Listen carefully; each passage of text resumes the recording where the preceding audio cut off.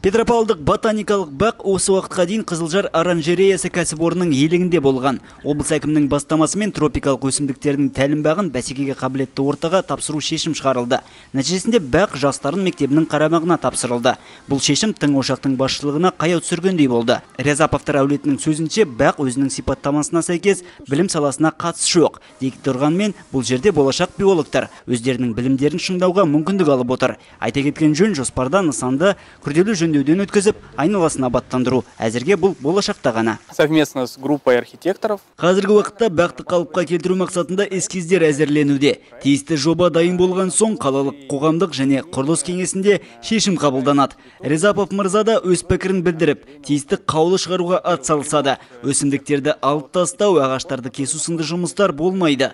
Біздің мақсатымыз бақты қалыпқа келтіріп, халықтардың көңілінен шығу. Бақ қалалықтардың демалыстарын өткізуге таптырмас мекеніне айналғаны рас. Тұрғындар оны көркейту қажеттігін қолдап отыр. Көптеген өсімдіктер бар.